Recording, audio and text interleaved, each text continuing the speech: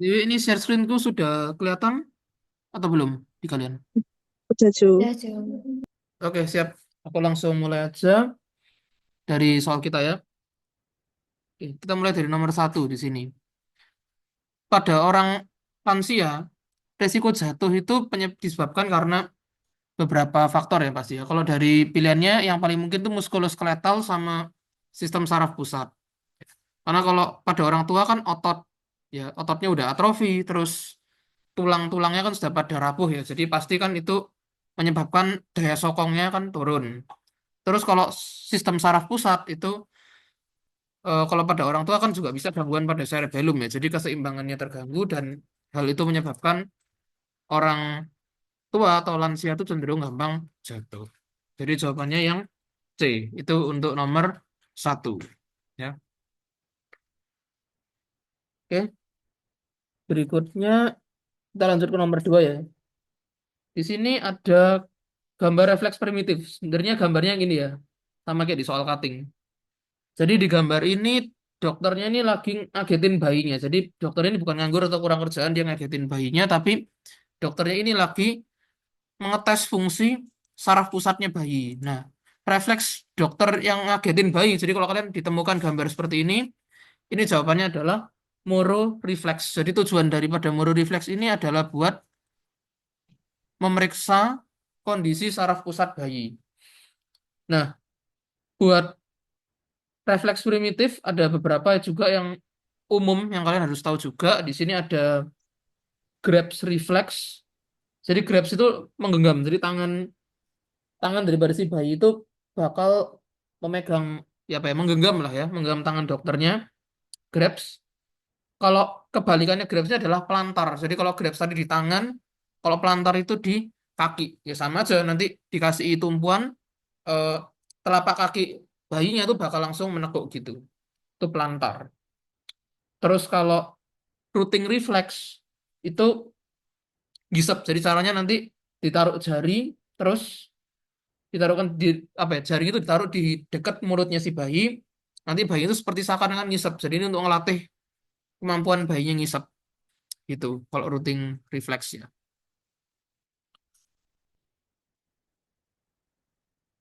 Terus untuk refleks primitif sendiri itu normalnya itu harus cut off-nya rata-rata 6 bulan. Dan kalau lebih dari 6 bulan itu berarti ada gangguan pada saraf. Berarti mungkin ada susunan saraf yang belum tertutup atau ada susunan saraf yang belum sempurna. Makanya refleks primitifnya masih ada. Itu kira-kira nomor dua. Terus aku lanjut ke nomor tiga. Di sini dampak penurunan sensitivitas baroreseptor pada orang usia lanjut ya pada geriatri kira-kira menyebabkan hal apa? Jadi sebelumnya baroreseptor itu sendiri adalah suatu reseptor yang ada di tubuh kita yang fungsinya itu buat mendeteksi tekanan, biasanya tekanan darah ya umumnya. Jadi kalau ada perubahan tekanan yang drastis ya, ada perubahan tekanan, misalnya tekanan darah kita terlalu tinggi, itu terlalu rendah, baru reseptor itu akan merespon untuk mengompensasi supaya tekanan darah kita nggak terlalu tinggi dan juga nggak terlalu rendah. Nah, umumnya kalau pada orang usia lanjut itu yang banyak itu kan orangnya kena hipertensi karena baru reseptornya nggak sensitif. Akibatnya kalau ada tekanan darah yang meningkat, baru reseptornya nggak bisa deteksi dan terjadilah hipertensi gitu. Kalau kenapa kok nggak hipotensi? Kalau hipotensi itu agak jarang di orang tua. Di orang tua memang lebih sering terjadinya adalah hipertensi. Itu penjelasan dari Dokter Hadik ya, internal waktu di kelas. Kurang lebihnya gitu, nomor tiga. Jadi betul ya ini baru reseptor itu jadi hipertensi ya memang betul ya. Ini. Iya, karena memang kalau baru reseptornya nggak fungsi kan tekanan darahnya tinggi kan nggak bisa ke detect gitu. Jadi ya akhirnya hipertensi gitu. Oh oke, jadi peningkat. Oke, get it. Aman ya? Aku lanjut dulu ke nomor 4. Di sini nomor 4 tuh CYP 2C9 dan alel vektor C1 itu kata kuncinya. Jadi kalau kita ngomong soal CYP 2C9 Itu berarti kan enzim sitokrom. Terus kalau ada vekor-vekor gini, biasanya vekor itu berkaitan sama obat warfarin. Karena warfarin sendiri itu kan obat antikoagulan ya. Kalau kita ingat-ingat lagi dari farmako, yang kerjanya dia menghambat enzim vekor atau vitamin K epoxide oksidoreduktase. Jadi itu menghambat reduksi vitamin K. Jadi gampangannya gini, kalau aku ya, waktu kemarin UAB itu aku lihat aja. Aku ngeliatnya CYP2C9 ini sih. Kalau 2C9 ini obatnya pasti warfarin, tidak ada yang lain. Gitu. Makanya kalian tembak aja begitu ada CYP2C9, terus dia nyinggung-nyinggung vekor, jawab aja warfarin. Itu sudah pasti betul. Kayak gitu.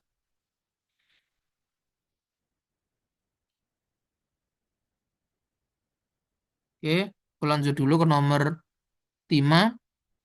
Di sini nomor 5, seorang bayi, Adam ya namanya, bayinya Adam itu bisa, pada usia berapakah dia bisa duduk dengan sendirinya. Nah, pada perkembangan bayi normal, ya, bayi itu harus harus sudah bisa duduk di umur 6 sampai 9 bulan. Itu kira-kira normalnya gitu.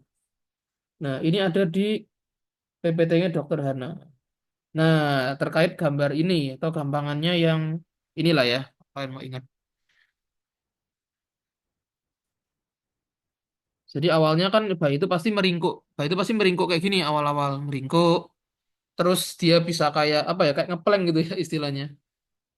Dia bisa merangkak dengan dagu, terus bayinya bisa apa ini? Pelan-pelan kayak bukan mulai merangkak ya, tapi dia mulai bisa menopang tubuhnya dengan kedua tangan ya. Ini semacam ya, aku masa kayak ya nggak mirip push up juga sih, tapi ya mendekati itulah. Terus bayi kalau pada umur 4 bulan, 5 bulan tuh dia bisa duduk, tapi masih di support, masih bisa dibantu. Kira-kira bayi itu bisa duduk sendiri itu di umur 6 sampai 9 bulan di fase ini. Sits alone dia kan bisa duduk sendiri. Itu di umur 6 sampai 9 bulan. Setelah dia bisa duduk sendiri, bayi itu akan bisa berdiri, tapi dia masih nyari nyari topang ya, maksudnya nyari penopang, dia belum bisa berdiri sempurna. Setelah dia bisa berdiri, dia akan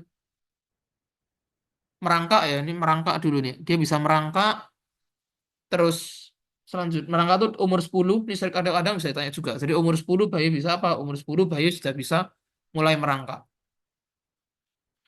Baru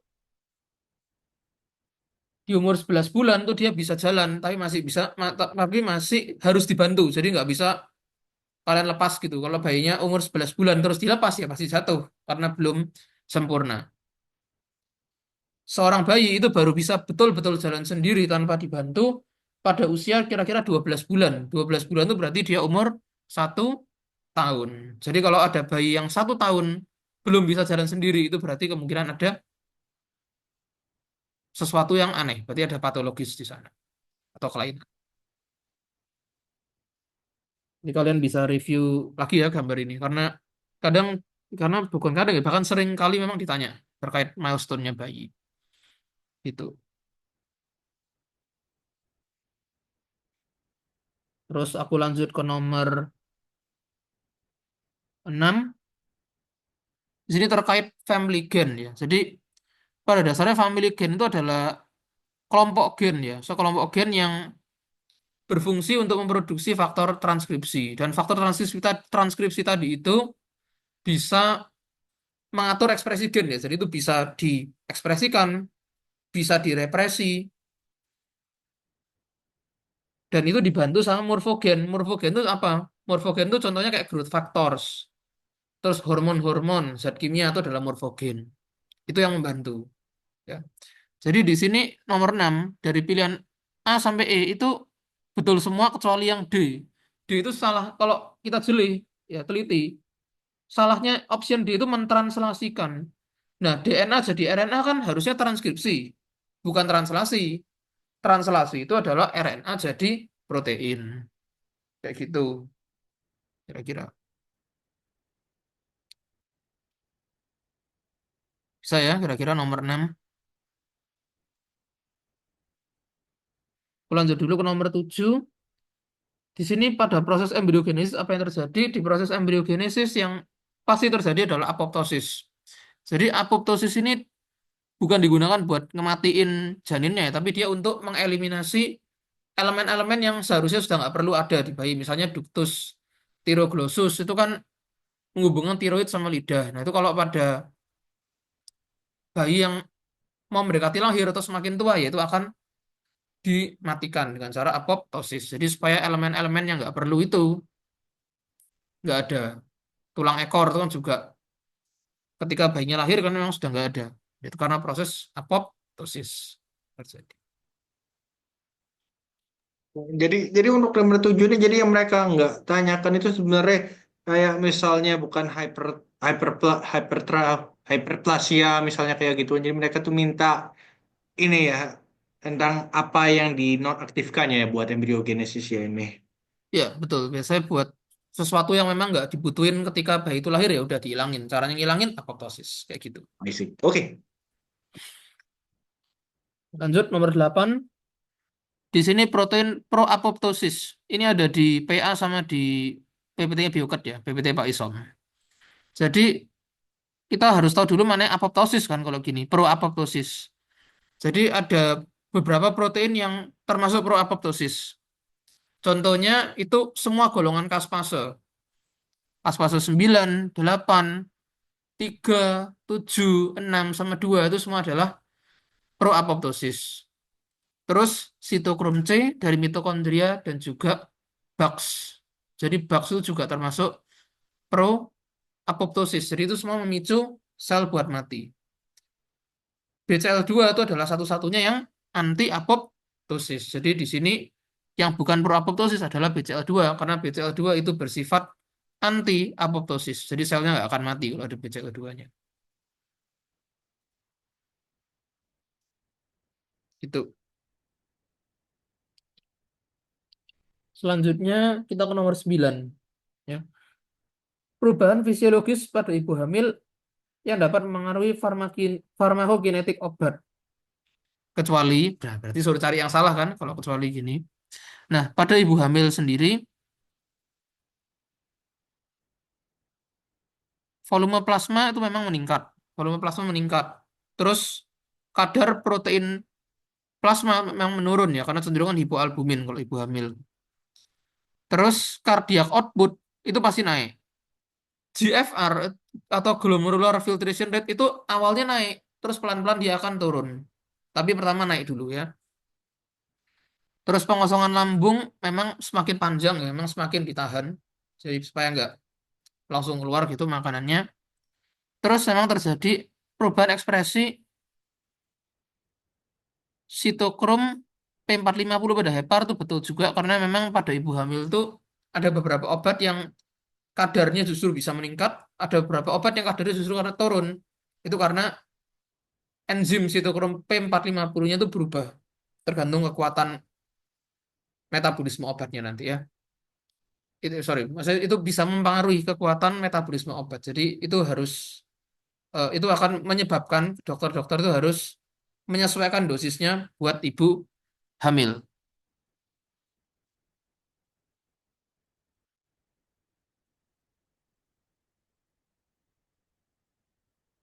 Nah, yang salah yang mana? Di sini yang salah adalah yang C karena meskipun betul cardiac outputnya meningkat, tapi yang bikin salah di sini adalah GFR-nya menurun. Harusnya pada ibu hamil GFR itu meningkat dulu. Ya, jadi makanya C itu yang salah. Clear? Nomor 9.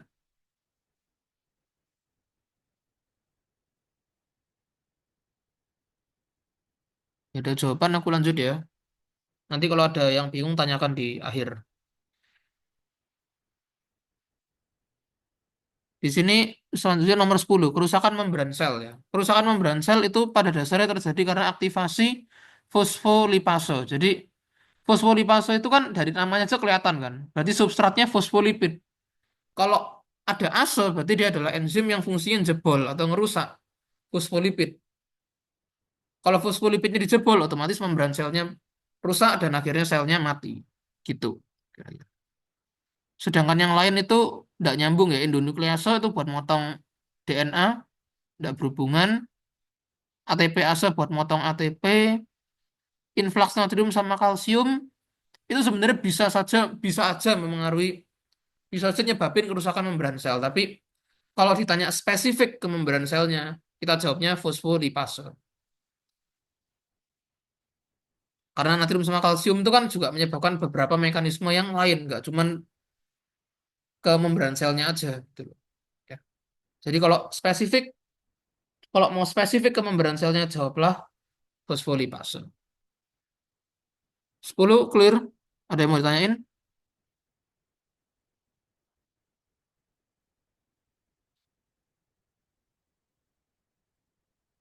Ini baru 10 nomor pertama. Dari 10 nomor pertama ada yang mau ditanyain atau ada yang nggak jelas?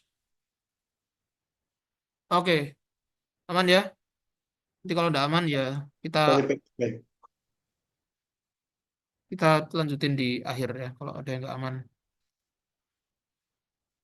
Selanjutnya aku masuk ke nomor 11. Di sini Down syndrome ya. Down syndrome itu penyakit yang paling sering pada anak. Seringkali Down syndrome ini sebutannya adalah trisomi 21 ya atau kelebihan satu kromosom di kromosom nomor 21. Ya saya orangnya kelihatan kayak ya bisa autis gitu ya orangnya. Down syndrome itu bisa terjadi karena trisomi 21 tadi ya berarti nomor 2 itu pasti betul. Terus kita lanjut transposisi antara 14 dan 21 bisa, maksudnya bukan transposisi sebenarnya itu translokasi ya. 14 sama 21 itu kalau saling bertukar tempat tuh bisa saja nambahin kromosom di nomor 21. Jadi 21-nya kelebihan, ujung-ujungnya trisomi juga gitu. Terus pada Down syndrome itu gejala khasnya itu ada epicanthal fold sama palmar crease ya. Paling kelihatan tuh palmar crease biasanya. Jadi palmar crease-nya orang normal itu biasanya kan berlekuk-lekuk gitu ya. Ya kalian gampangannya kalian lihat telapak tangan kalian masing-masing ya. Pasti kan kalian tahu apa yang aku maksud. Palmar crease itu ya garis-garis yang ada di telapak tangan kalian itu ya. Kalau orang yang kena Down syndrome itu palmar crease-nya lurus. Dia nggak punya lekukan-lekukan kayak kita yang bisa ke bawah ke samping. Mereka betul-betul melengkung tok gitu ya. Itu adalah ciri-cirinya Down syndrome. Jadi 1, 2, 3 aja.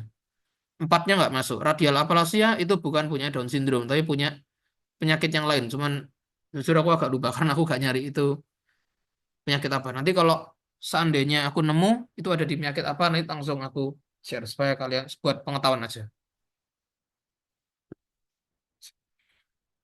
Lanjut ke nomor 12. Nomor 12 di sini yang menghentikan pembelahan spermatogonium. Menghentikan pembelahan. Jadi pembelahan spermatogonium itu kan harusnya secara mitosis ya. Spermatogonium jadi spermatosit primer itu kan mitosis. Kalau dihentikan berarti kita cari yang menyebabkan mitotic arrest.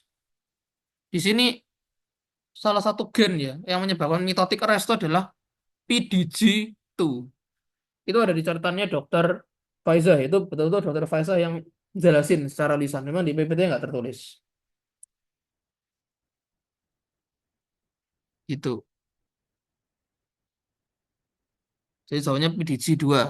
Kalau yang SRY, FGF9, AMH itu bukan untuk penghentikan pembelahan spermatogonium, tapi yang itu buat membantu diferensiasi testis.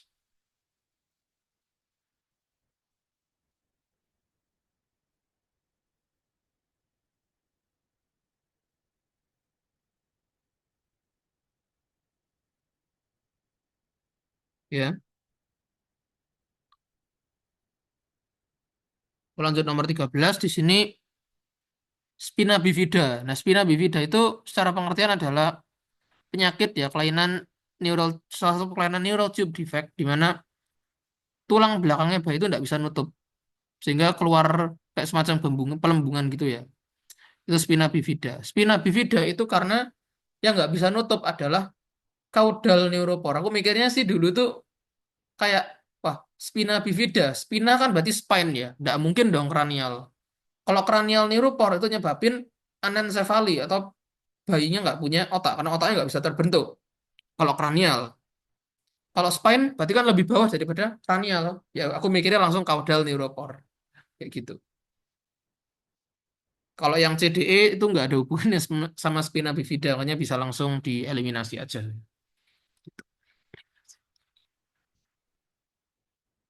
Lanjut, nomor 14. Di sini ada kasus anak setelah diperiksa genetik ada mutasi tidak aktif ya, ada mutasi ya pokoknya di reseptor melanokortin 4. Akibatnya leptin tidak bisa menekan nafsu makan. Berarti leptin tidak bisa kerja ya dengan kata lain. Berarti di sini gangguannya yang mana gitu. Kalau ada ngomong mutasi pada reseptor, itu biasanya adalah gangguan pada resepsi. Karena kita tahu sendiri konsep dari hormon. Hormon itu pasti butuh reseptor supaya bisa kerja. Kalau reseptornya rusak, otomatis penempelan hormonnya itu bakal terganggu dan akhirnya hormonnya nggak bisa bekerja di tubuh kita. Jadi gangguannya di penerimaan atau di resepsi, tergantung bahasa Indonesia atau bahasa Inggris ya. Teman-teman yang IUP mungkin bisa menyesuaikan juga nanti dengan kalimat soalnya. Lanjut ke nomor 15 dulu. Di sini masa kritis ya. Masa kritis itu yang penting yang mana aja. Nah, menurut pemahamanku dari gambarnya Dokter Hana ini, pada periode kritis itu kebanyakan memang berhubungan sama saraf ya. Jadi pada pembentukan korteks penglihatan, kemampuan bahasa, kemampuan luhur ya, fungsi luhur intinya ya. Fungsi luhur manusia itu dibentuk di critical period pada bayi. Dan di critical period itu juga terjadi sinaptogenesis dan juga neurogenesis. Kalau aku lihat ya, jadi makanya dari soal ini yang penting itu adalah neurogenesis dan juga sinaptogenesis. Kalau yang lain itu agak apa ya kurang berhubungan gitu loh. Jadi kalau aku lihat yang berhubungan memang ya yang A itu kalau dari diagramnya.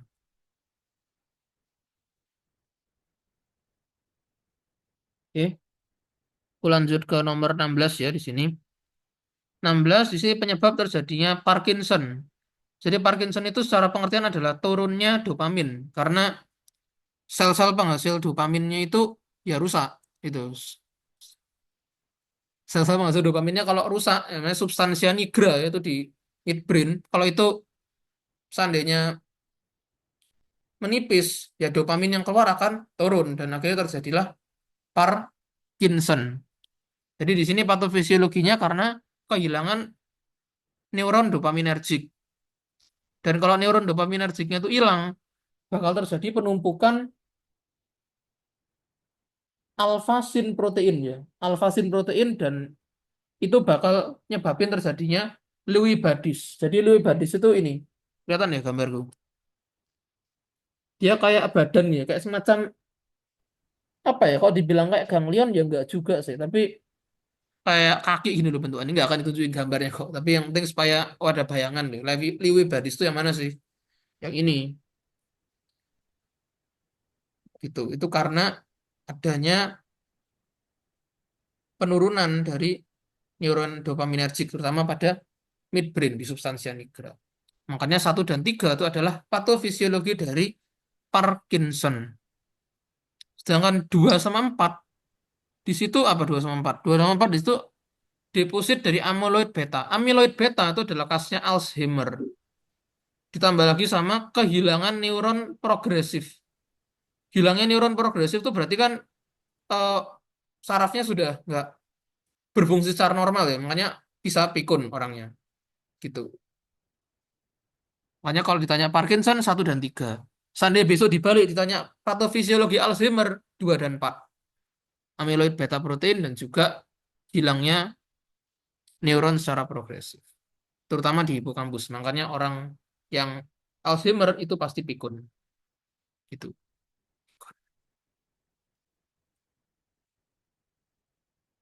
Selanjutnya nomor 17.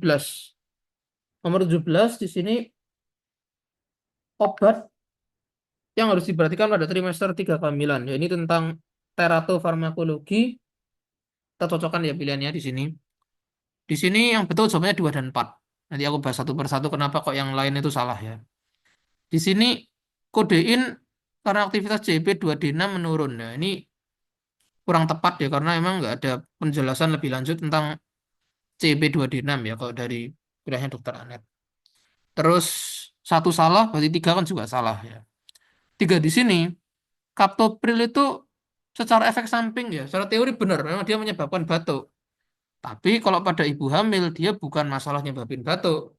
Tapi captopril itu menyebabkan terjadinya hipoperfusi pada janin. Ya, jadi janinnya itu kurang suplai darah gitu. Padahal janin kita tahu sendiri bahwa dia harus tergantung sama ibunya. Karena ibunya kalau darah yang masuk ke janin itu kurang ya bisa terjadi gagal janin. Tuh. Jadi satu salah, tiga salah. Terus ke nomor dua, di sini methotrexat. Ya, jadi methotrexat itu adalah obat anti kanker. Yang kerjanya dia menghambat DHFR. Jadi gambarnya DHFR itu adalah enzim buat mereduksi folat ya, dihidrofolat jadi tetrahidrofolat. Nah, ini bisa dibuka lagi ceritanya di biokimia bab sintesis purin dan pirimidin. Nah, itu ada enzim DHFR itu. Kan itu buat membuat purin salah satunya. Elemennya purin itu ada DHFR. Kalau dihambat pembentukan DHFR, dihambat tuh DHFR-nya, akibatnya kan ada gangguan pada pembentukan purin itu tadi sehingga nukleotidanya itu nggak terbentuk. Jadi dua itu betul. Terus yang nomor 4, NSAID itu harus diperhatikan. Sebenarnya ini bukan diperhatikan ya, tapi NSAID itu justru bagus buat eh, janin yang buat janin yang seandainya ada paten ductus arteriosus. Karena golongan NSAID itu kan bekerja dengan cara menghambat COX ya, bisa dia itu namanya COX inhibitor. Terutama biasanya NSAID yang sering dipakai itu namanya adalah ibuprofen. Ya. Ibuprofen itu kan termasuk non-selective COX inhibitor. Jadi dia bisa menghambat semua jenis COX, ya, termasuk COX-1. Akibatnya prostaglandinnya tidak terbentuk dan terjadilah vasokonstriksi gitu loh. Karena prostaglandin sendiri itu kan inflamasi. Pada inflamasi kan pembuluh darahnya melebar, vasodilatasi. Jadi kita hambat inflamasinya, kita turunkan prostaglandinnya supaya pembuluh darahnya nggak dilatasi, tapi dia malah konstriksi supaya ductus arteriosusnya itu nggak lagi terbuka. Jadi dia betul-betul tertutup dan si janinnya itu bisa sirkulasi normal ya. Jadi jawabannya 2 dan 4 yang betul. Lanjut nomor 18, penuaan pada sistem saraf ya gampang ya. Kalau penuaan pada sistem saraf ya kita mikirnya adalah gangguan pada jumlah dendrit. Jumlah dendritnya turun, sinaps antara sarafnya sudah nggak bagus, makanya transmisi informasi pada orang yang tua ya. Jadi kalau kita ngomong sesuatu itu sampainya mungkin bisa beda pengertiannya karena ada gangguan pada sinaps tadi itu loh. Jadi impuls sarafnya nggak bagus. Dendritnya kurang jumlah ya transmisinya juga pasti akan terganggu ya. Jadi itu degenerasi pada saraf.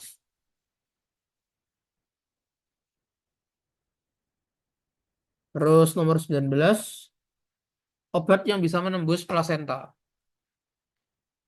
Oh, yang bisa menembus plasenta itu adalah obat-obatan yang memenuhi beberapa syarat ya. Yang pertama, ukuran molekulnya harus kecil.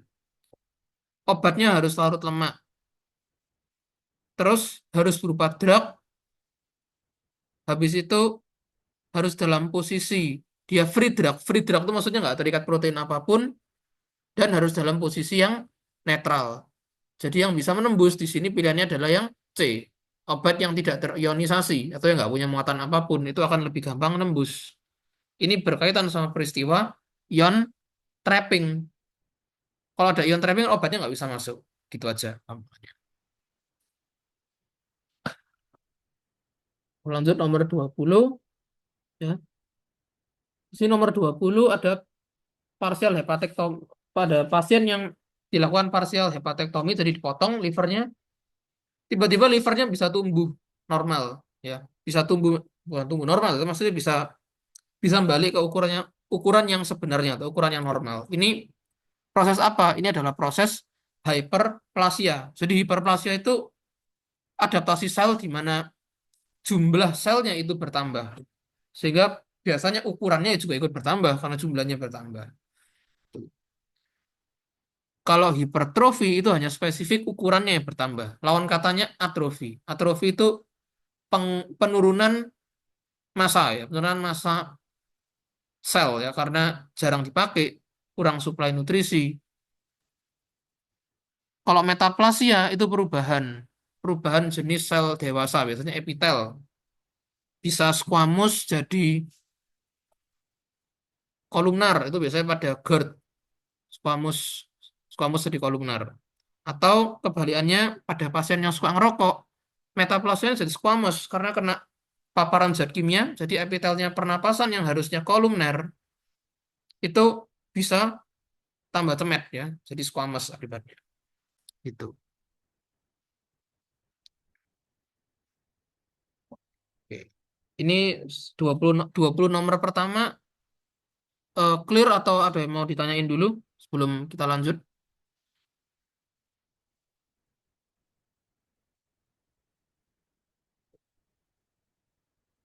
Oke, kita lanjut dulu ya. Di sini ada penyakit jantung bawaan ya. Ditanya penyakit jantung bawaan mana yang paling sering pada anak. Buat jawab soal ini ada dua hal yang mesti kita ingat kalau penyakit jantung bawaan. Itu ada atrial septum defect, ada ventricular septum defect. Ini biasanya yang non cyanotic atau yang nggak nyebabin warna biru, nggak menyebabkan bayinya biru. Artinya perfusi oksigennya masih bagus di sini. Ya, buat atrial septum defect atau ASD itu yang paling sering itu adalah ostium secundum, ya. Jenisnya ostium secundum. Sedangkan VSD itu yang paling sering adalah perimembranous ya, atau perimembranosa. Makanya jenis VSD yang sering adalah yang E, perimembranosa, seperti yang sudah aku jelaskan sebelumnya. Ini di PPT-nya Dokter Alit ada juga, nanti kalian bisa cek. Ya, di catatanku pun juga sudah aku tandain ya.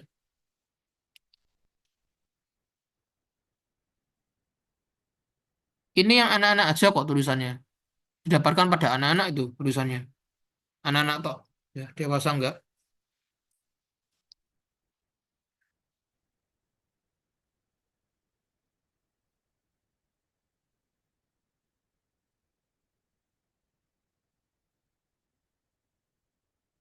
Ya, sekundum memang di anak sih. Karena kan kasus kan apa ya? Judul kuliahnya itu sendiri kan penyakit jantung bawaan pada bayi ya, pada anak ya. Makanya kita bahas yang pada anak. Yang tadi ASD dan VSD jenis yang sering tadi itu memang pada anak, bukan pada orang dewasa. ASD ostium secundum, VSD perimembranosa. Itu cuma pada bayi atau anak ya. Jadi kalau sudah orang dewasa ya enggak terjadi. Selama diobati dan nggak diobati ya salah sendiri gitu loh. Ya. Lebih cepat lebih baik kalau penyakit jantung bawaan ini.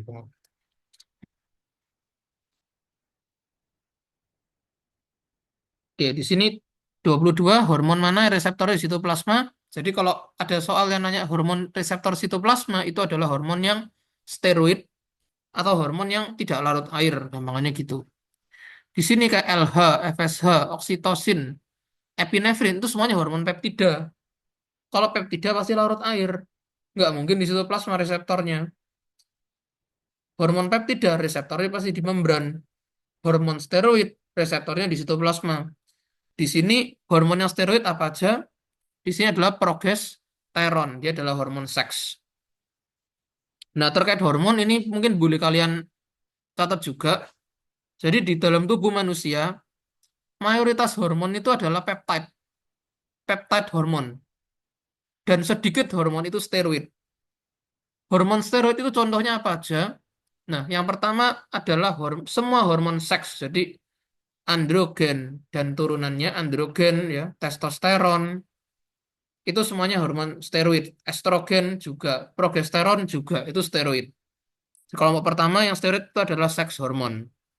Kelompok kedua itu kelompok adrenal cortex, kortisol ya, glukokortikoid itu juga steroid bahan dasarnya. Aldosteron, mineralokortikoid itu juga bahan dasarnya steroid. Jadi mereka tidak larut air. sama ada perkecualian itu tiroid. Tiroid itu memang bahan dasarnya bukan steroid, tapi tiroid sendiri itu tidak larut air, sehingga reseptornya memang di situ plasma, di dalam nukleus sih lebih tepatnya, gitu. Ya, itu kurang lebih untuk hormon. Nanti kalian bisa cek lebih lanjut ya kira-kira dari Faal atau dari Biokim ya, karena pasti di sana di struktur-strukturnya bakal dijelasin detail. Jadi kalian bisa cek juga ya.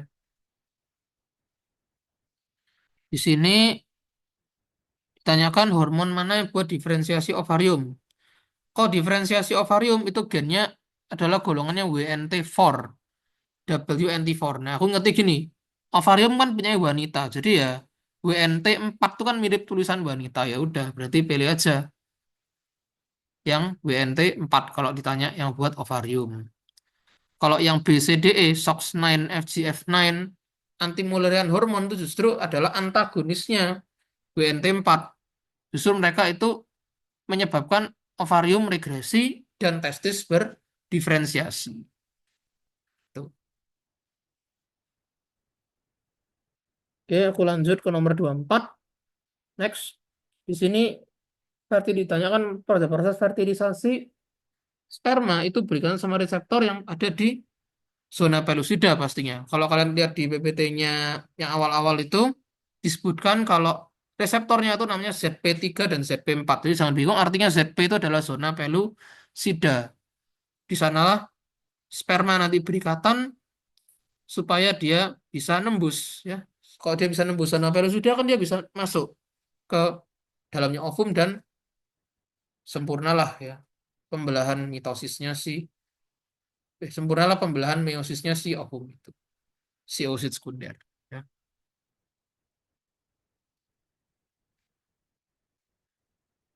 Aku lanjut ke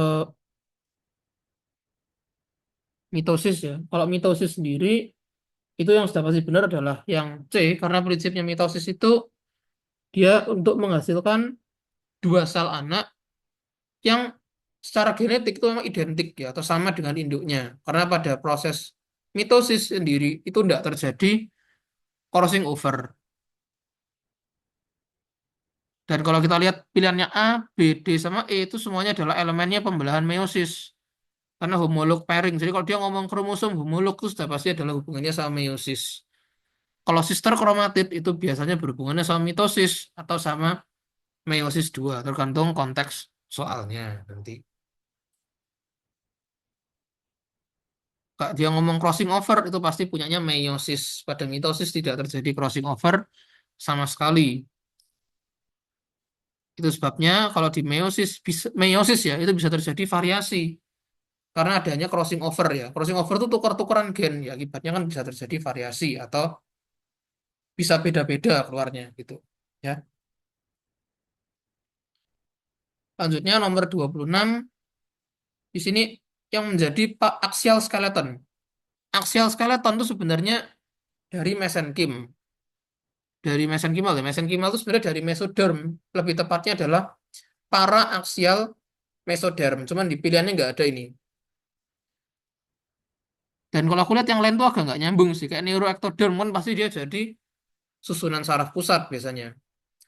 Endodermal itu biasanya jadi organ-organ dalam. Misalnya hepar, usus, itu kan dari endoderm. Epidermal ya kulit ya pasti mau nggak mau. Epidermal itu dari ektoderm, punyanya kulit. Jadi kalau aksial skeleton ini mestinya adalah yang golongannya mesodermal. Cuman pilihannya nggak ada. Kemungkinan besar ya yang megang nomor 26 ini salah kompil kemungkinan. Harusnya ada pilihan para aksial mesoderm di soal cutting. Next, pernyataannya benar tentang neurulasi. Jadi neurulasi ini adalah proses penebalan ektoderm ya, dan itu membentuk neural plate.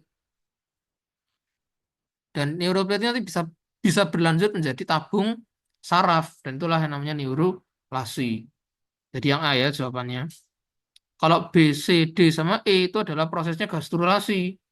Sama literally bukan gastrulasi aja ya, tapi ini lebih ke spesifik ke pembentukan notochord, bukan neurulasi. Itu.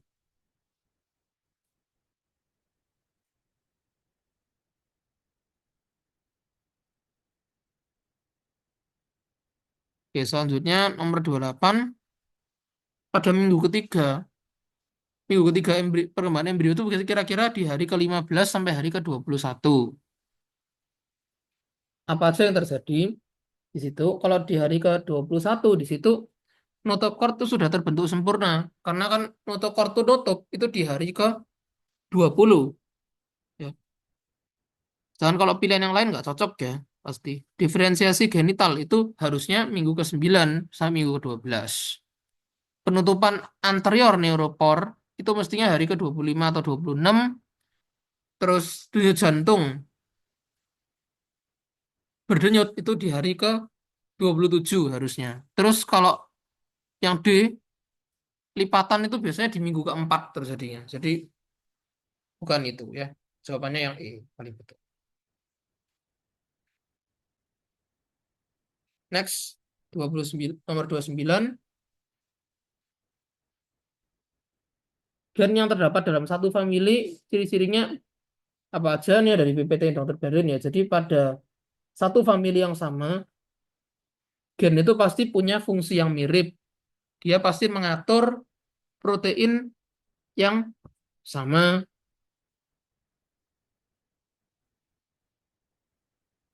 Tapi mereka ini berasal dari kromosom yang lokasinya beda. Leluhurnya ya pasti sama, namanya dia satu family. Satu family pasti ya induknya sama.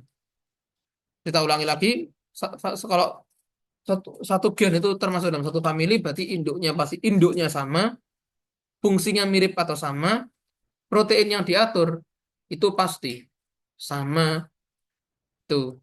Jadi yang paling cocok di sini yang E, ya, fungsinya mirip. Seringkali yang jadi jebakan itu adalah yang C. Pikirnya karena satu family gen, kromosomnya pasti sama.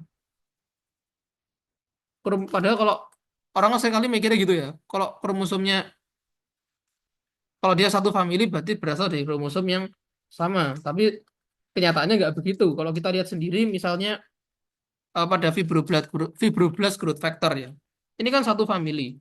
Tapi lokasi kromosomnya beda-beda. Ada yang di kromosom nomor 8, ada di kromosom nomor 10, ada di nomor 4. Begitu juga yang lain kalau kalian mau cek ya. Nih, ini kan beda semua lokasinya. Meskipun dia satu family, meskipun satu leluhur, tapi kromosomnya nggak sama, lokasinya beda semua. Gitu ya, kira-kira.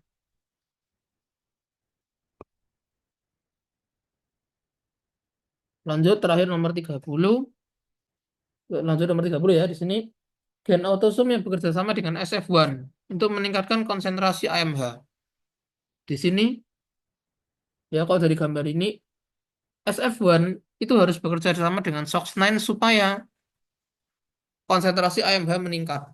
Konsentrasi AMH ditingkatin supaya apa? Supaya ovarium itu regresi. Jadi ovariumnya nggak berkembang karena Mullerian duct ya, ductus Mullerinya dimatikan dan nanti yang berkembang bakalan si testis. Gitu. Eh, Sampai nomor 30 jelas atau ada yang mau ditanyain? Gampang, nggak masalah. Alright, kita lanjut dulu ya.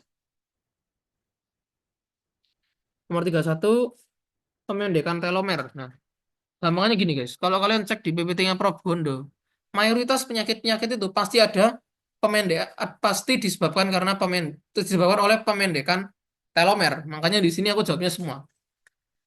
Atherosclerosis itu pemendekan telomer bisa. Penyakit jantung bisa juga.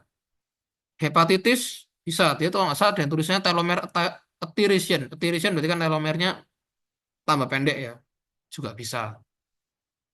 Sirosis hepatis ya juga bisa disebabkan karena pemendekan telomer juga. Tidak harus karena suatu fibrosis ya, suatu kerusakan yang lain. Gitu. Jadi kalau ada pemendekan telomer, biasanya jawab aja semua. Itu betul. Itu pasti betul karena di PPT-nya Prof. Gondo juga demikian. Nah,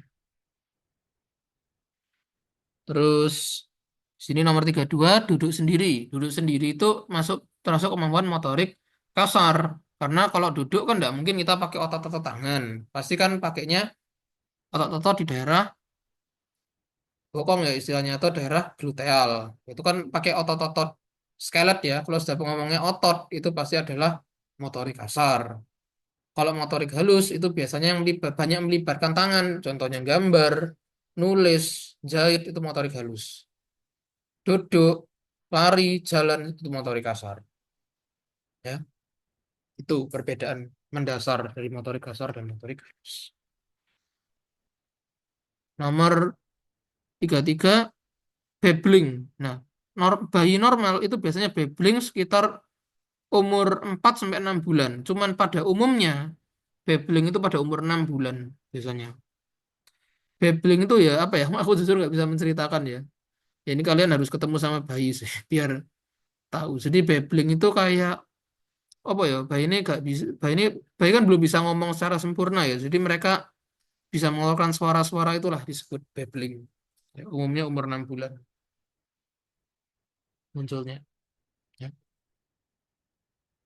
Oke, aku lanjut dulu ke nomor 34. Ini ada clinical vignet-nya ya.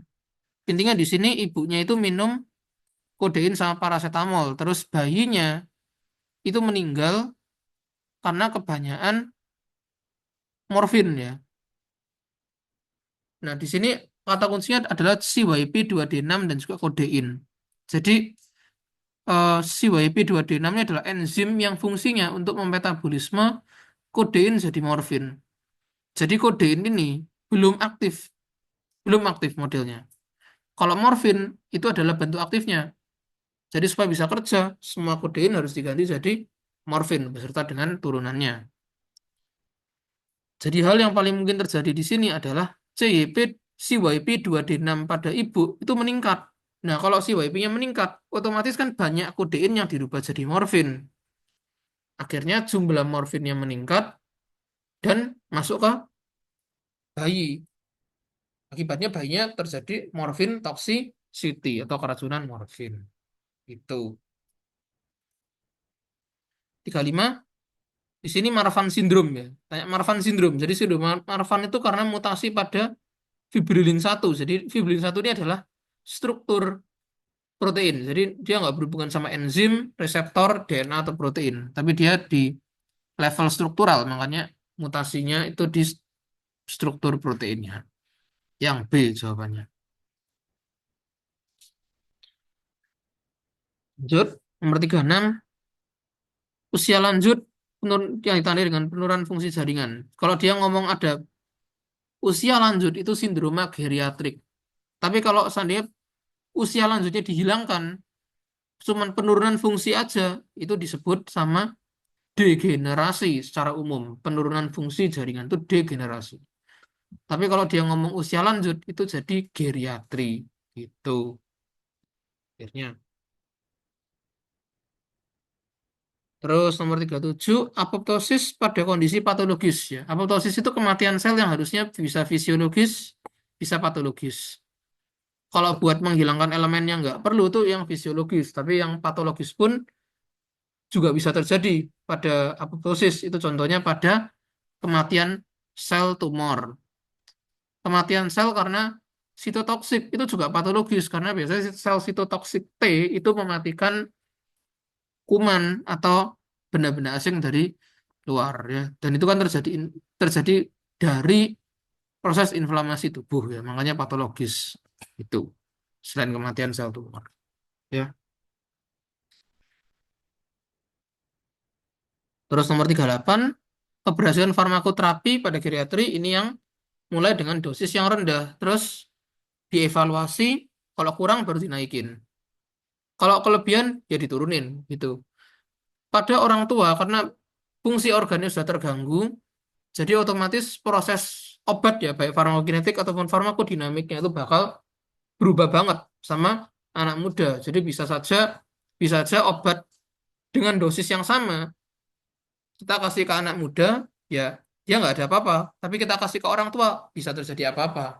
Itu karena perbedaan fungsi organ. Makanya lebih aman kalau orang tua ngasih dosisnya rendah-rendah dulu, kecil-kecil dulu.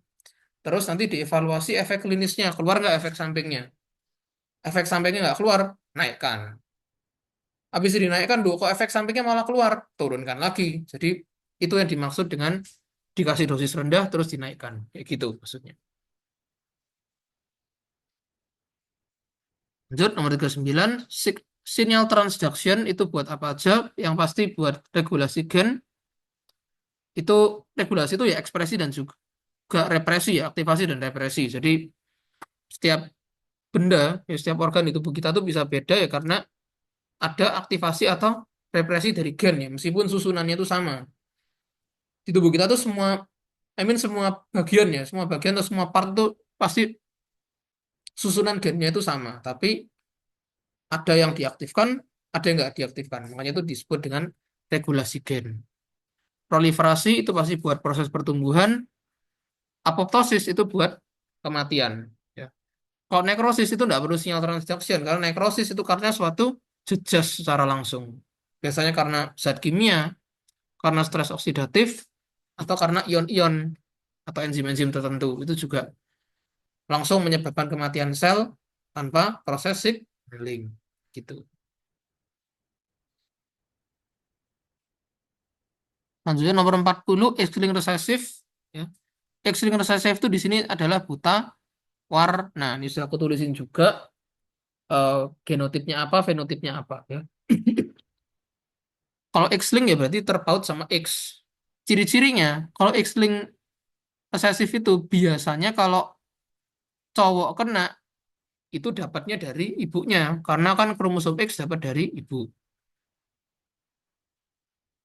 Kalau cewek sakit, itu biasanya karena bapaknya sakit dan ibunya sakit.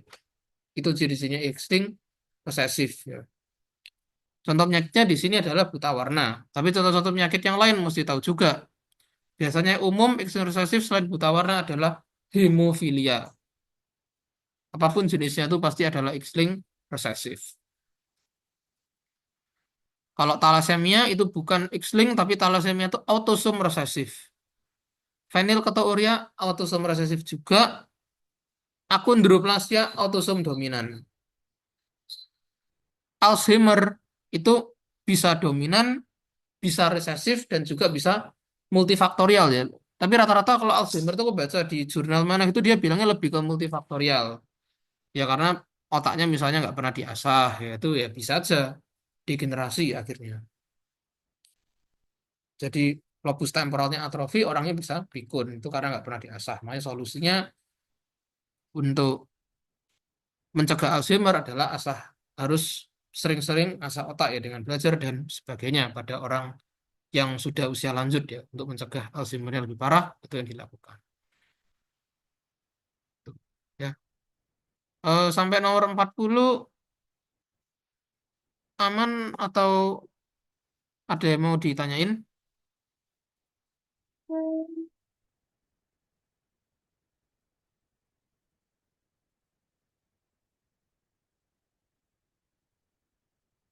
Merasa ini clear clear ya, hmm, ini nggak ada yang jawab. Clear? Itu aku mau konfirmasi yang tadi Marfan syndrome. Hmm? Itu kan lebih ke kayak produksinya yang terganggu daripada kayak struktur fibrilinnya nggak sih? Berarti ya sebenarnya nggak ada jawaban yang tepat juga deh kayaknya. Tapi lebih ke produksinya nggak sih daripada struktur fibrilinnya. Iya juga sih. Sebenarnya karena dia lebih mutasi kan nggak sih Lex, sebenarnya dia. Sehingga Iya, bermasalah. Mana heeh, yang lain nggak cocok sih, yang lain enzim, yang lain nggak, kurang iya, cocok. Pastinya mutasi gen sih yang paling benar. Sebenarnya. Cuman yang mendekati struktur hmm, yang mutasi struktur protein sih. Meskipun lebih karena gennya. Jadi ekspresinya kan aneh gitu kalau gennya rusak. oh, berarti bukan yang mutasi DNA atau kan kayak dari gennya gitu. Apa gimana? Kalau mutasi DNA sih kayaknya nggak terlalu berhubungan sih. Makanya aku dulu jawabnya ya mutasi struktur protein sih. Karena ingat-ingat dari Diokat dulu ya, kalau nggak salah juga disebutnya memang struktur protein di fibrin satu gitu. Oke. Nanti coba tak cekin lagi ya untuk ini. O- Oke, thank Oke, you. thank you Lex.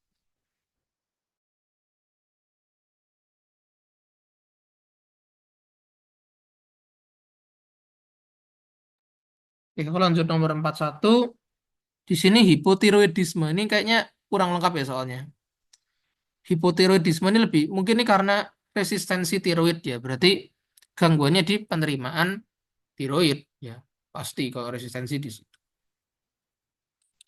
Next adalah kelainan mitokondria. Kelainan mitokondria itu disebabkan dari ibunya pasti ya. Yang caranya si ibunya. Jadi kalau ibunya ada disorder di mitokondrial DNA-nya, pasti semua anaknya kena, baik cowok maupun cewek. Jadi di sini yang paling benar ya cuma 4 aja. Yang kalau di pilihan ganda ya berarti D, karena 4 saja yang betul. Semua generasi pasti ada yang sakit. Semua jenis kelamin pasti kena di situ. Jadi yang 4, 4 aja. Ya. Kalau ibunya sakit, ya semua anaknya baik cowok maupun cewek pasti sakit semua. Lanjut nomor 43, setelah meiosis 2 apa yang dihasilkan dari gametogenesis? Ya, ini harus ingat-ingat prosesnya lagi ya pasti. Setelah meiosis 2 kalau dari sper, spermatogenesis pasti kan keluarnya spermatid ya. Meiosis 2 kan itu pembelahan dari spermatosit sekunder jadi spermatid. Kalau di oogenesis, meiosis 2 itu pembelahan dari oosit sekunder jadi ootit. Jadi di sini yang tepat ya cuma spermatid aja gitu. Yang D, yang 4 saja spermatid. Kalau oogonium itu bukan ya. Oosit primer itu hasil dari mitosis. Mitosisnya oogonium jadi oosit primer. Terus spermatozoa itu dia nggak melalui mitosis ataupun meiosis, tapi dari spermatid jadi spermatozoa itu cuman maturasi aja, cuman modifikasi dan adaptasi yang lain gitu ya. Jadi kalau hasilnya meiosis 2 di sini cuman spermatid aja, yang D ya, 4 aja. Lanjut di sini nomor 44, apa saja yang mempengaruhi pertumbuhan dan perkembangan janin? Yang ngaruh ke pertumbuhan dan perkembangan janin itu bisa dari lingkungan, ya penyakit juga, lingkungan, penyakit, terus juga dari bahan-bahan kimia, gizi, itu bisa semua. Berarti jawabannya ya semuanya bisa masuk, infeksi virus bisa, bahan-bahan kimia bisa, asupan nutrisi bisa juga ya. Kalau nutrisinya kurang atau ada yang salah ya pasti janinnya nggak bisa, ya pasti ada gangguan pertumbuhan lah di janinnya. Terus kalau lingkungan ya bisa juga, mungkin lingkungannya nggak sehat ya janinnya bisa kacau juga pertumbuhannya. Gitu.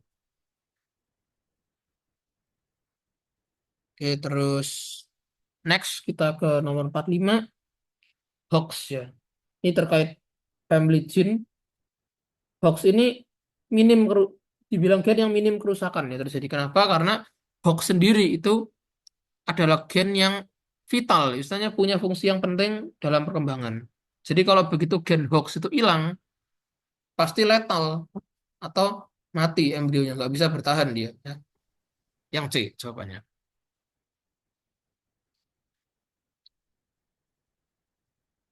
Terus nomor 46, target obat geriatri yang dipengaruhi sama distribusi. Berarti ini berhubungan sama parameternya farmakokinetik kalau distribusi. Nah, pada orang tua semuanya itu pasti turun kecuali pH lambung, serum alfa 1 glikoprotein, dan juga lemak. Tiga parameter itu yang naik. Sisanya semuanya pasti akan penurunan. Gitu. Cara ngapalinnya. Apalin yang naik aja. Berarti apalin yang lebih sedikit. Sisanya tinggal dibalik. Oke. Nomor 47, ya ini sama kayak yang tadi, ada mutasi reseptor, berarti gangguannya di proses resepsi. Berarti hormonnya nggak bisa diterima. Ya akibatnya yang ke belakang pasti ya nggak terjadi. Gitu. Next, nomor 48, lagi-lagi sama, proapoptosis kecuali. Berarti yang bukan, yang tidak proapoptosis itu adalah BCL2. Ya. BCL2 itu anti apoptosis. Bax P53, kelompok Kaspase, itu semuanya pro. Ya, itu. Jadi tadi kan sudah tak jelasin juga siapa yang pro dan siapa yang anti. Di nomor 447 bedanya A sama E. Kalau A itu terjadi, A itu masalah di respon seluler. Kalau yang A. Kalau yang E, itu masalahnya di resepsi. Nah, kalau reseptor itu biasanya identik sama penerimaannya. Dia nggak terlalu bermasalah sama respon gitu. Maksudnya gini, kalau reseptornya aja rusak, ya otomatis responnya kan bermasalah gitu loh. Makanya lebih dipilih yang E karena mutasi reseptor itu biasanya gangguannya di resepsi dulu, nggak ujuk-ujuk langsung responnya itu. Makanya itu yang E. Itulah dasarnya aku menjawab E, bukan jawab A. Jelas R berapa ini ya? R. Oke, mantap. Jadi 48 sudah, balik lagi 49. Dan yang menjaga ekspresi SOX9. Nah, yang menjaga ekspresi SOX9 itu adalah FGF9. Nah, ini terbukti dari eh, penjelasannya Dr. Faizah ya. Mana SRY itu fungsinya cuma men-trigger aja. Tapi yang dipertahankan itu memang adalah SOX9. Karena SOX9 itu fungsinya buat diferensiasi testis. Sebelumnya dia kan juga apa ya? Dia mengubah epitel solemik jadi presertoli. Itu SOX9. Terus presertoli itu menghasilkan FGF9 ya, yang pilihan B ini. Nah, si FGF9 itu berfungsi untuk memicu biar SOX9-nya tuh banyak. Jadi saling mendukung SOX9 dan FGF9 itu. Supaya diferensiasi testis terjadi. Kalau PGD dan WT itu enggak termasuk yang menjaga SOX9. Mereka nggak ada hubungannya. Ya, itu 49. Terus nomor 50. Nomor 50 ini awalnya sempat menyebabkan perdebatan di beberapa anak ya, karena jawabannya beda. Nah, sebelumnya nomor 50 ini kita mesti tahu dulu tentang metabolismenya azathiofrin. Jadi azathiofrin itu sendiri obat anti kanker ya ini pasti, kan analog urin. Jadi azathiofrin itu adalah prodrug. Dia obat yang belum aktif. Sehingga azathiofrin ini harus dirubah menjadi 6 mercaptopurat, singkatannya 6MP. Nah, 6MP ini bisa menjadi metabolit TGN, golongan nukleotida. Nah, TGN ini kan racun buat tubuh, sehingga tubuh kita itu pasti punya enzim yang namanya TPMT. Ya, aku tahunya MT-nya ya. MT-nya itu adalah metil transferase. Itu fungsinya untuk menambahkan gugus metil supaya merkaptopuratnya itu inaktif. Terus di sini juga ada XO ya. XO itu bukan restoran, tapi XO itu adalah santin oksidase. Biasanya santin oksidase ini berperan untuk pembentukan produk urat dan efek sampingnya adalah ROS biasanya. Oksidatif stres nanti tubuhnya kalau itu enggak dicegah. Nah, dari penjelasan tadi ya, dari bagian tadi kita bisa pastikan bahwa nomor 4 itu pasti betul. Jadi TPMT itu adalah enzim yang pasti harus dicek. Karena kalau TPMT-nya nggak berfungsi, 6MP itu pasti meningkat obat aktifnya dan itu malah beracun. Ya, efek sampingnya memang mielosupresi. Jadi harus dicek dulu kadarnya supaya kita bisa ngasih sesuai dosis yang tepat supaya efek sampingnya nggak keluar. Oke, 4 betul. Kita cek nomor 3 sekarang. Kalau TPMT berkurang, azathiofrin ke arah TGN. Ya betul. TPMT ini juga mengaktifkan 6MP beserta dengan turunan dan bentuk-bentuk lainnya ya, termasuk azathiofrin apa itu juga metabolismenya sama TPMT. Jadi kalau TPMT-nya nggak ada, azathiofrin bakal ngarah ke TGN pastinya. Kalau ini nggak ada ya, bayangin aja ini hilang, berarti kan jalur ini nggak ada. Berarti azathioprin bakal ngarah ke TGN. Sehingga nomor 3 itu betul ya. Satu betul juga pasti ya sesuai yang sudah aku sebutkan tadi TPMT juga memetabolisme azathioprin ya sebagai salah satu turunan dari 6-MP. Jadi 431 betul. Sekarang kita cek pernyataan nomor 2. Allopurinol sama febuxostat. Jadi semua obat yang belakangnya purinol atau sostat, XO-stat itu adalah XO inhibitor. Kerjanya di sini. Kalau XO-nya dihambat, metabolismenya itu bisa mengarah ke TGN. Makanya pernyataan 2 itu kita anggap betul juga. Jadi buat soal ini, semua pernyataannya benar. Gitu. Oke, sampai nomor 50 ada yang mau tak jelasin lagi? Aman? Atau belas? Gimana?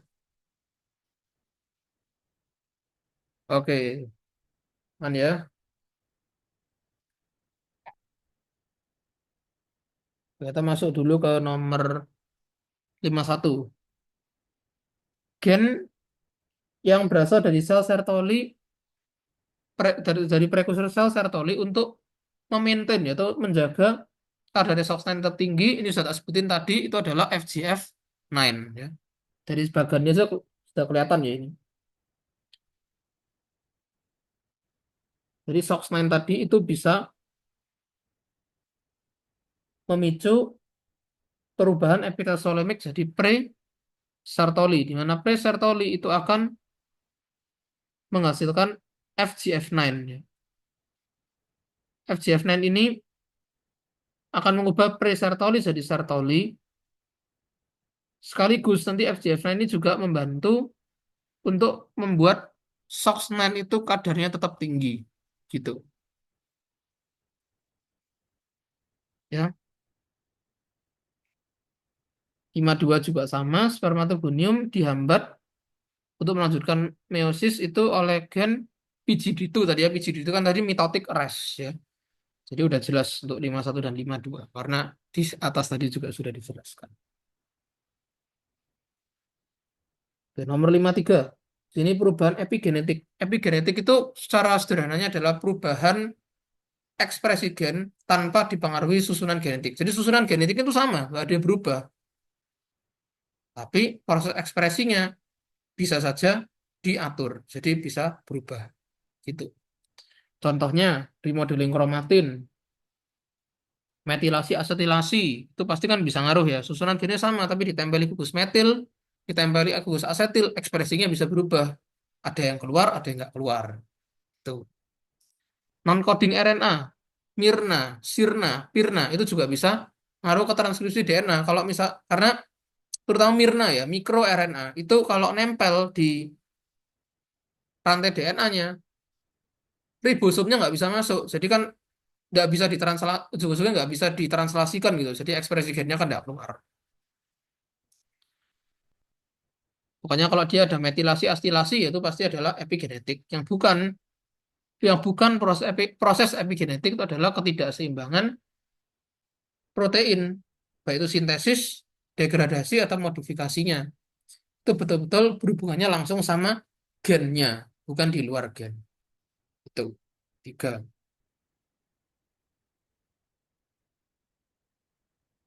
Terus nomor 54, kenapa kalau ngatasi stunting harus di bawah umur 2 tahun ya? Untuk menjawab soal itu kita harus lihat dulu grafik ini. Kelihatan nggak guys grafiknya? Cilik ini grafiknya.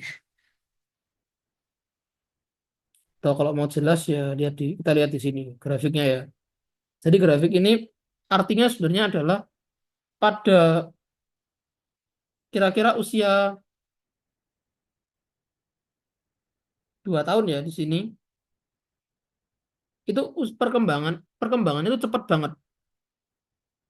Ya kita nggak boleh kita lihat garisnya aja lah. Garisnya kan kayak dia nggak perubahannya kan nggak kecil gitu loh. Jadi langsung drastis gini garisnya itu kan artinya pertumbuhannya cepat, perkembangannya ya juga cepat. Sehingga kenapa stunting harus dicegah? Ya karena pertumbuhan sama perkembangan otak itu di sini lebih cepat. Ya karena cepat itu harus kita supply sama nutrisi. Jangan sampai otaknya berkembangnya nggak benar karena nutrisinya nggak cukup. Jadi lebih apa ya? Kalau bisa kurang dari 2 tahun itu nutrisi bayi itu harus diberikan dalam jumlah yang cukup supaya nggak terjadi stunting, supaya tumbuhnya karena pertumbuhannya cepat tadi, jadi mesti dikasih nutrisi yang benar gitu loh kasarnya supaya pertumbuhannya juga benar. Gampangnya gitu. 54 ya tadi. Sekarang nomor 55.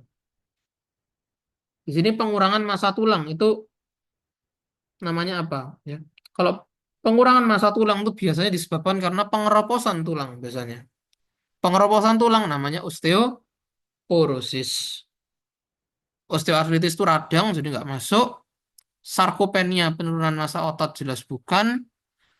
Osteopenia, nah ini mirip juga ya. Osteopenia itu sebenarnya adalah akibat dari osteoporosis ya sebenarnya karena kropos jadi masanya itu berkurang. Di Rom ya, di Rom bukan juga pasti. Jadi nomor 55 itu lebih ke osteoporosis. Betul jawabannya. Ya, lanjut ke nomor 56, mekanisme aging yang menunjukkan ketidakstabilan genom, kecuali berarti ini hubungannya sama genom ya, sama DNA gitu-gitu. Akumulasi DNA sitoplasma pasti. Kerusakan mitokondria pokoknya ada mutasi apa gitu ya pasti itu namanya ketidakstabilan genom. Membran inti selnya rusak kan DNA-nya keluar semua ya bisa nyebabin ketidakstabilan genom juga. Kerusakan DNA inti, DNA-nya rusak itu juga ketidakstabilan genom yang pasti. Pilihannya yang mana? Yang D di sini. Akumulasi intron. Jadi yang buat salah di sini sebenarnya adalah intron. Mitokondria itu adalah organel ya, organel penghasil energi di mana di dalamnya juga ada DNA-nya. Keunikan DNA mitokondria sama DNA nuklear itu di intron dan juga eksonnya. Kalau DNA nuklear kan ada intron, ada ekson. Kalau DNA mitokondria itu semuanya ekson, tidak ada intronnya sama sekali. Jadi semuanya itu bisa mengekspresikan gen gitu kalau di mitokondria, ya.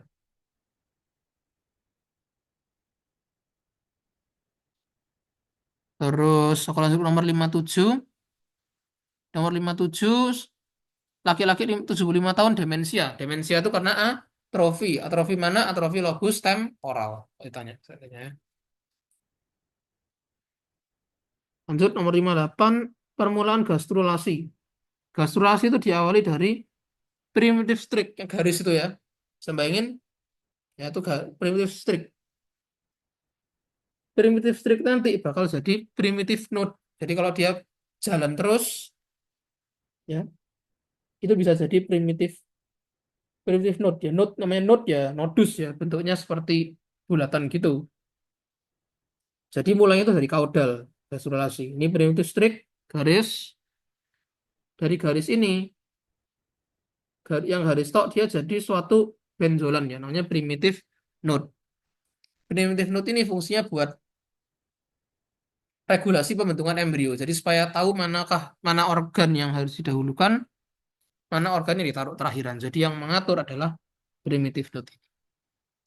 Itu kira-kira tentang proses gastrulasi secara sederhana. Ya, aku lanjut lagi nomor 59, duktus ya, pada bagian mana sperma itu matang. Jadi sperma itu bisa bergerak itu di duktus epididymis. Jadi perjalanannya sperma itu apa ya, spermatogenesis itu semua prosesnya terjadi di tubulus seminiferus. Ya. Setelah matang, dia ditampung di ductus epididymis dan dia dimatangkan juga lah ya di sana. Oke, ya. Jadi jawabannya ductus epididymis. Yang lain salah jawabannya. Enggak masuk ke sana ya. Lanjut ke nomor 60. Di sini hormon yang sinyalnya paragrin dan autogrin. Nah, kalau dia ngomong autogrin gini, pasti jawabannya growth factor.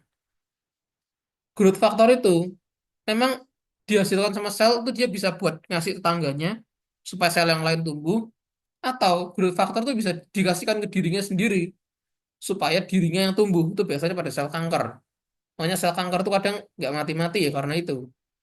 Growth faktornya banyak, dihasilkan ke temannya juga dihasilkan ke sendiri. Akibatnya proliferasi berlebihan ya. Dan itulah yang kita sebut dengan kanker, ya, neoplasia.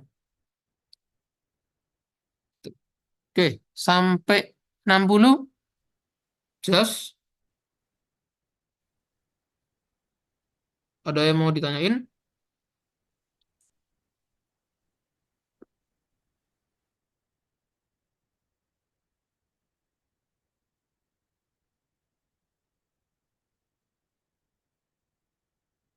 51. 51 tadi A. Kan sejelas atau 51. Karena memang secara skematis FGF9 itu yang merangsang SOX9 terus. Jadi SOX9-nya pasti mau nggak mau akan tinggi kadarnya. Jelas huruf R ini.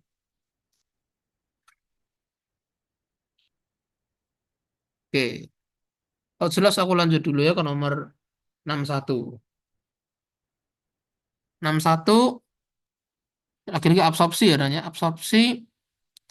Di Absorpsi pada orang tua disebabkan karena baik lagi tadi yang meningkat ada 3 parameter. Salah satunya adalah gastric pH atau pH lambung. Itu yang naik. Sisanya turun semua. Makanya yang paling betul yang B, yang lain salah.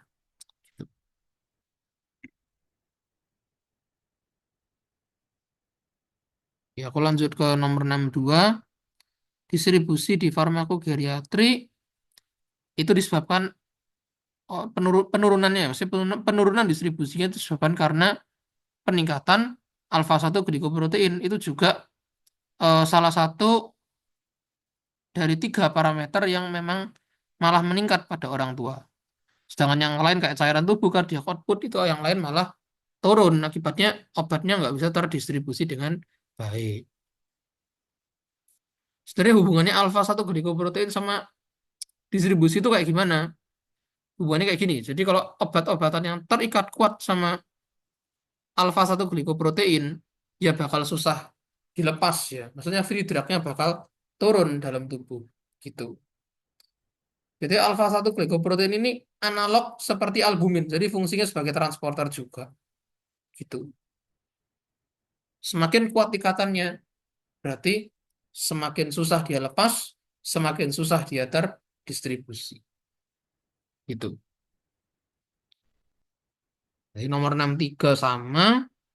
Pokoknya kalau epitel solemic epitel jadi presertoli itu SOX9 yang mengubah ya. Sama seperti tadi. 63 sudah. 64 breast cancer trastuzumab. Nah, kalau ada kata kuncinya trastuzumab itu pasti berhubungan sama HER2 reseptor. Jadi trastuzumab itu adalah obat anti kanker yang merupakan monoklonal antibody. Jadi monoklonal antibodinya ini fungsinya ya buat menghambat reseptor HER2 itu tadi. Sehingga breast cancer-nya nggak bisa bertumbuh. Itu ceritanya. 63 tadi D, SOX9 jawabannya. Itu sama kayak yang di atas tadi penjelasannya. Pitelsolemik kalau mau jadi presertoli dibantu sama SOX9. Tuh. Ya, yang namanya TT ini sudah jelas ya berarti.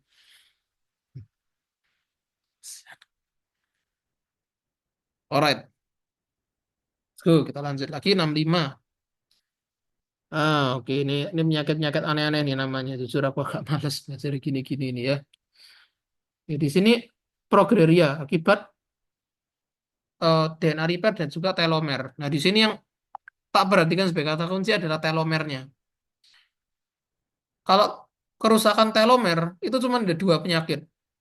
Yang pertama ada HHS atau Oral Herdation Syndrome dan juga dyskeratosis, ya singkatannya DC biasanya. Itu adalah yang disebabkan oleh telomer.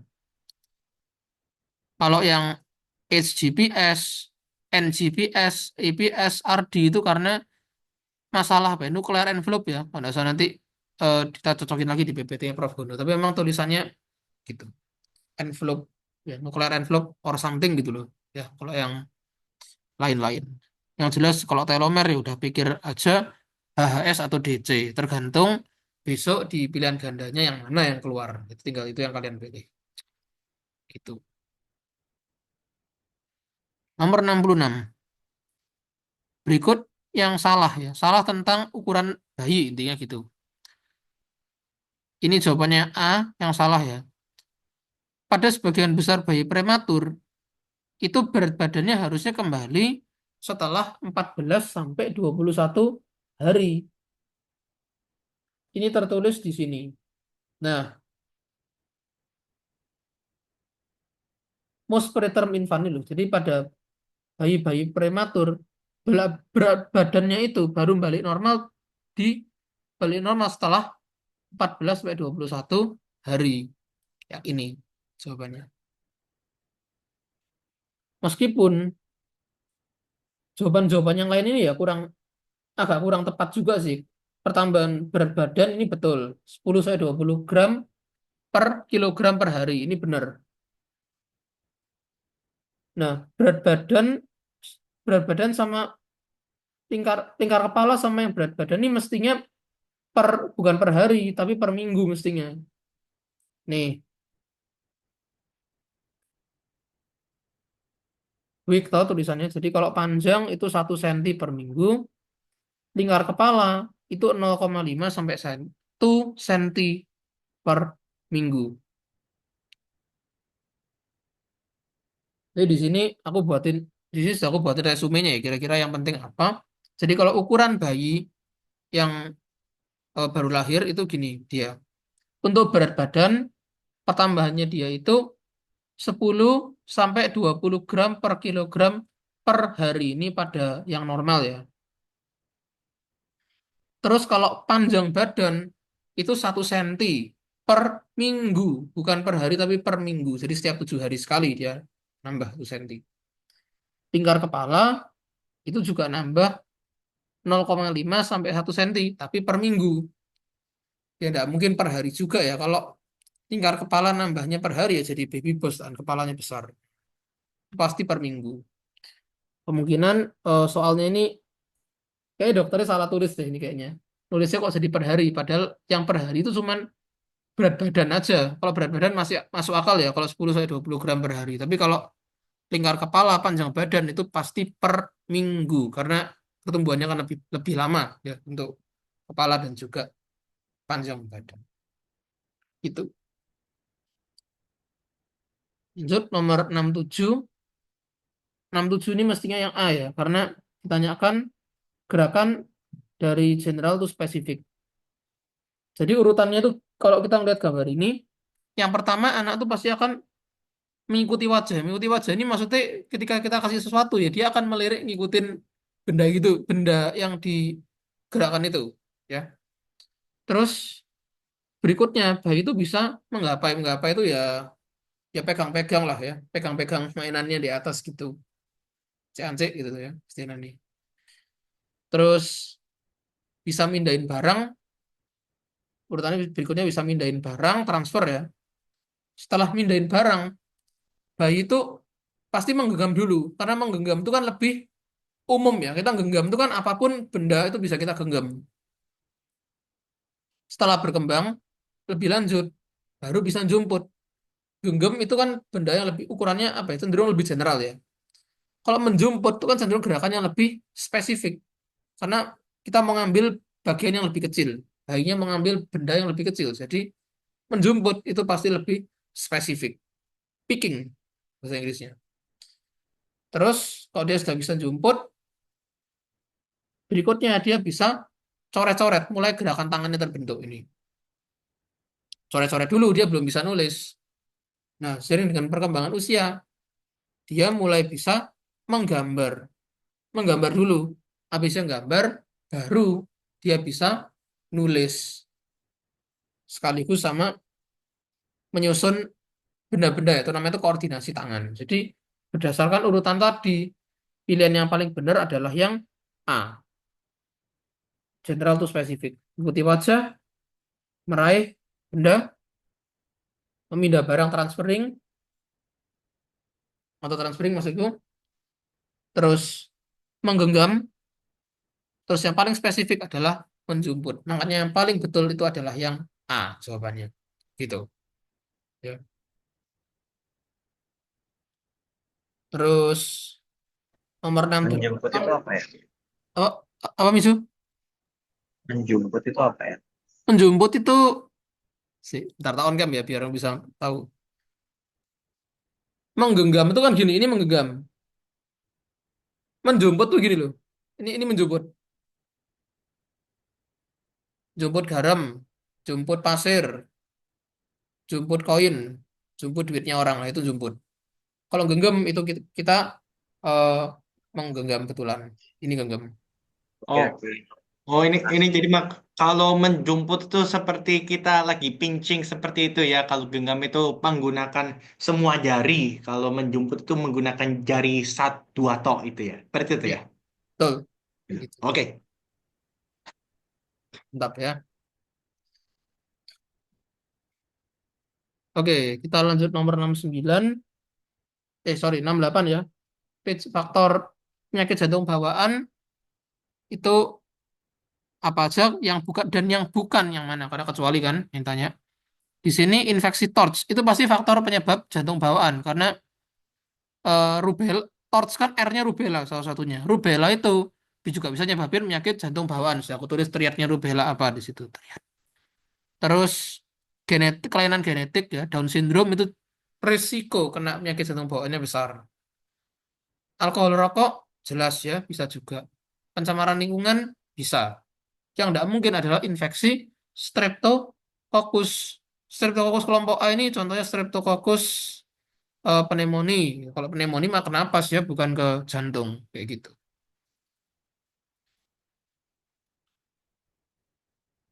Lanjut soal terakhir dari reguler yang termasuk family gen yang berperan pada perkembangan. Jadi kalau kita ngomong soal family gen itu berarti ya familinya secara secara kelompok besarnya. Nah, di sini aku mikirnya adalah sing finger gene karena sing finger gene itu kan adalah family atau yang kelompok besar istilahnya begitu. Sedangkan yang ada angkanya PAX 8, SOX 9, BMP4, WT1 itu anggotanya, member dari family-nya. Kalau ngomong family ya berarti garis besarnya. Makanya dari situ aku jawabnya zinc finger. Sampai nomor terakhir ada lagi yang mau ditanyain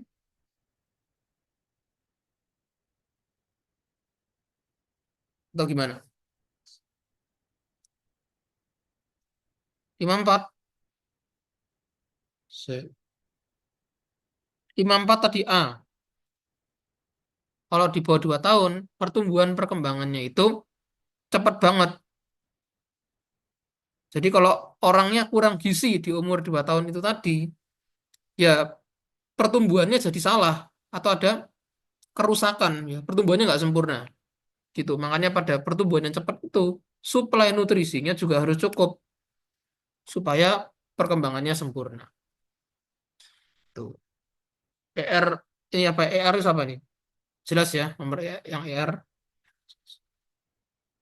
Oke. Yang sebenarnya ini soal regulernya udah soal yang kelas reguler udah selesai.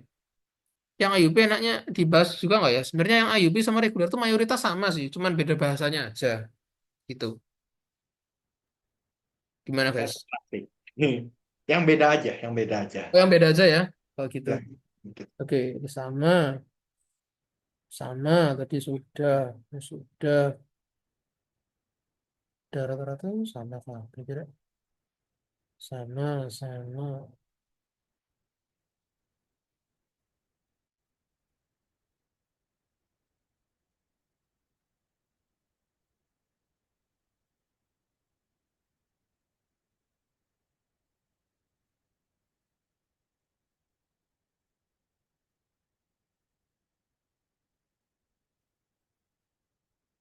Foto kan.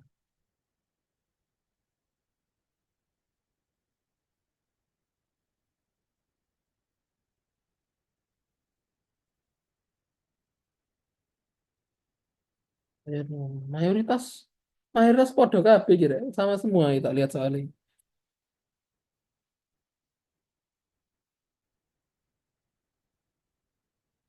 Loh, sama beda bahasa itu. Ya, Mayoritas, oke. mayoritas sama kok. Yang lain mungkin nomor 73 nih yang beda ya kalau aku lihat. Family family developmental family dari gen perkembangan yang tidak berperan dalam gastrulasi yang mana. Jadi kalau proses gastrulasi itu diregulasi oleh beberapa gen. Contohnya ada fibroblast growth factor, jadi itu untuk pertumbuhan selnya ya. Terus ada bone mesoderm patterning, jadi itu buat regulasi mesodermnya ya, supaya pembentukannya sempurna. Terus nodal dan WNT itu hanya untuk regulasi sih, membantu supaya semuanya seimbang. Oke, nomor 73. Oh ya, one more. Nomor 72 ini tadi kayaknya nggak ada ya, tentang SHH pathway. Jadi SHH pathway ini lumayan sering keluar ya. Jadi kalian mesti paham juga tentang pathway ini. Jadi aku jelasin saja secara singkat ya. Jadi intinya ketika SHH ini ya, Sonic Hedgehog ini nggak nempel, proses eh, transkripsi ini terhambat ya, karena semuanya kan, karena ini semua ada hambatannya. Kalau SHH, kalau Sonic Hedgehognya nggak nempel, akibatnya gen targetnya tadi nggak bisa diekspresikan. Nah, kalau si SHH-nya atau Sonic Hedgehog-nya nempel di reseptor patch PTCH ini, hambatan dari SMO akan lepas. Dan SMO ini atau smoothen ini bakal merangsang terjadinya transkripsi GLI, di mana si RIBBP ini sebagai kofaktornya. Kofaktor itu ya pendukung lah ya kasarannya, supaya dia lebih mantap gitu.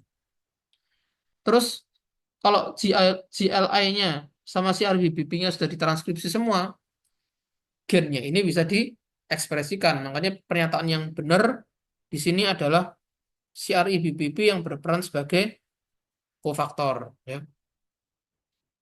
Yang A ini salahnya PTCH bind to si RIBBP. Bukan si RIBBP. PTCH itu berikatan sama SHH mestinya. Terus yang B salahnya normal function of SMO. SMO ini bukan menghambat patch. SMO ini justru malah dihambat oleh patch, bukan menghambat. Kalau nggak ada SH ya. Reseptor gen SH bukan SMO, tapi PTCH gitu. Terus di tadi jawabannya E. GLI protein itu ekstraseluler. Ekstraseluler itu yang bikin salah. Ya. GLI protein itu seharusnya intraseluler karena dia ada di sitoplasma sel. Gitu. Kira 71. Oh, 71 ya. 71 ini aku nemunya jawabannya ultrasound sih. Sebenarnya literally di PPT dokternya kayaknya nggak ada deh. Aku nggak nemu jawaban yang pasti apa. Cuman kalau mau ngecek berdefek, memang paling aman pakai ultrasound karena itu yang paling nggak invasif ya istilahnya di antara yang lain. Kalau X-ray dia kurang tajam. CT scan agak kurang tajam sih. Memang paling bagus ultrasound yaitu USG memang kalau untuk kanker, terus kandungan itu memang harus USG yang dimainkan. Kalau amniosentesis atau chorionic biopsi itu tidak bisa. Karena kalau sentesis ataupun biopsi ini lebih arahnya buat ngelihat histo PA misalnya. Nah, itu lebih ke situ. Kalau mau ngecek berdefek ya lebih ke USG ya, kalau mau aman pastinya.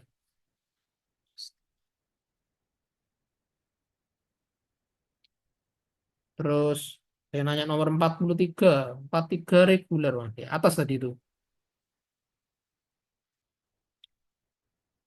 Soal nomor 43 reguler itu jawabannya 4 aja. 4 saja. Karena spermatozoa itu tidak lewat meiosis ataupun mitosis. Dia cuma pematangan aja. Jadi yang murni karena meiosis 2 itu cuma spermatid. Jelas? Banyak. Oke, demikian kira-kira pembahasan untuk soal-soal UAB GMD. Sampai sini ada yang mau ditanyain atau ada yang mungkin mau tak jelasin lagi gitu, yang masih bingung mungkin, atau udah jelas? Oh ya, oke. Jadi akhir kata, good luck buat besok UAB 2-nya, semoga lancar ya. Pokoknya sebelum ujian jangan lupa berdoa dulu ya supaya diberikan ketenangan dan semoga besok ujiannya lancar. Oke.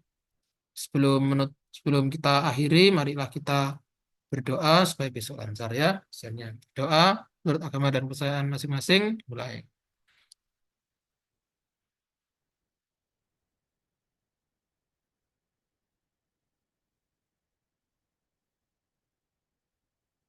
Amin, amin, amin. Tiada kata cukup dalam berdoa. Oke, sukses semuanya. Pesanku jangan lupa untuk materinya bisa kalian eh, review juga. Mana yang penting-penting tadi sudah tak tunjukkan kan. Pastinya yang mana yang harus diulang. Dan kalau semisal ada yang bingung atau ada yang mau didiskusikan lebih lanjut, boleh banget tanya aku, mau telepon aku pun juga enggak apa-apa. Ya, intinya semoga sukses buat besok. Good luck dan selamat beristirahat semuanya. Ya, Ya, sampai nanti besok. oke. Thank you, Ejo. Makasih ya Jo, makasih ya Jo. Sukses Makasih ya, semuanya. Jo.